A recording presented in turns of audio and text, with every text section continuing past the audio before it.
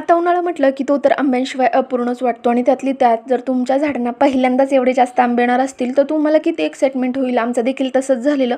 आमच्या शेतामधल्या सगळ्या झाडांना यावर्षी पहिल्यांदाच एवढे आंबे लागणार होती. आमच्यापेक्षा जास्त तर आमचा पृथ्वीच एक्साइटेड होता, कारण की त्याच्या हाताला देखील हे आंबे येत होते. एवढा सगळा बहर या आंब्यांना आलेला आणि भरपूर झाडं होती, सगळी झाडं वेगवेगळ्या प्रकारची. म्हणून तर आम्ही जास्तच खुश होतो, कारण की एकाच प्रकारचा आंबा खाण्यापेक्षा एवढ्या सगळ्या प्रकारचे आंबे आम्हाला खायला भेटणार होते. तोपर्यंत सासूबाईंनी शेतात ही भाजी आणायला पाठवली. ही कुठली मला कमेंट करून नक्की सांगा. अहो इकडे तांदूळची भाजी शोधत होते आणि अर्धी भाजी अर्ध गवत असं त्यांनी मला दिलं. असो, आता आंब्यांबरोबरच केळीला देखील यावर्षी भरपूर असा बहर आलेला. आमच्या पिलूला या वासराला हात लावायला तर खूप आवडतं, पण भीती पण तेवढीच वाटते. इकडे पप्पांची तयारी चालू होती की उंचावरचे आंबे कसे काढायचे. आता याला काय म्हणतात मला काही माहीत नाही. तुम्हाला माहीत असेल तर मला नक्की कमेंट करून सांगा. मी तोपर्यंत जे हाताला आंबे येत होते ते सगळे एका पाटीमध्ये काढून घेतले. आता एवढे सगळे आंबे होते म्हणून त्याला काढायला देखील उशीरच लागणार होता.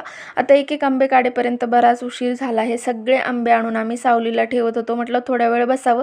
तिथे पाठीमध्ये एवढे सगळे आंबे ठेवलेले बघून खूप छान वाटलं, कारण की हे सगळे आंबे आमच्या झाडाचे होते आणि पहिल्याच वर्षी एवढे सगळे आंबे निघाल्यामुळे आम्हाला खरंच खूप छान वाटत होतं.